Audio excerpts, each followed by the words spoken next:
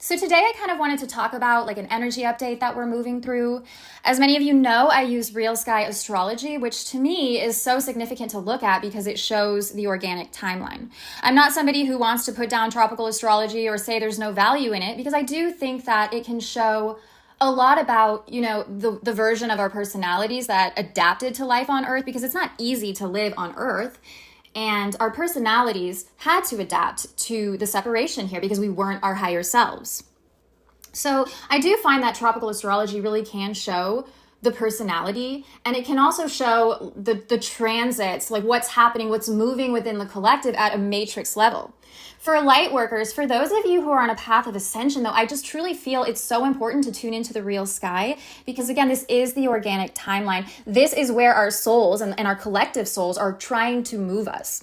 So in the real sky, we are now in True Scorpio season, which is a very, very short season, because Real Sky Astrology does use the constellation Ophiuchus, since it does cross the ecliptic. So that gives us 13 signs. And Ophiuchus is a larger constellation than Scorpio. So Scorpio season is actually the shorter aspect of it. So once we shift into Ophiuchus season, we're going to feel more of that rising. But right now we're doing the deep dive, we're doing the excavation, and we're also deep in Mercury Retrograde. So these energies are working together to help us to excavate. So Scorpio is more the excavation, and the Mercury Retrograde is more the revealing. So, this is just a time to really be honest with yourself, to observe and to feel. And even though observation is really important and being aware of the patterns that are coming up, it's also really important to make the conscious choice to let go.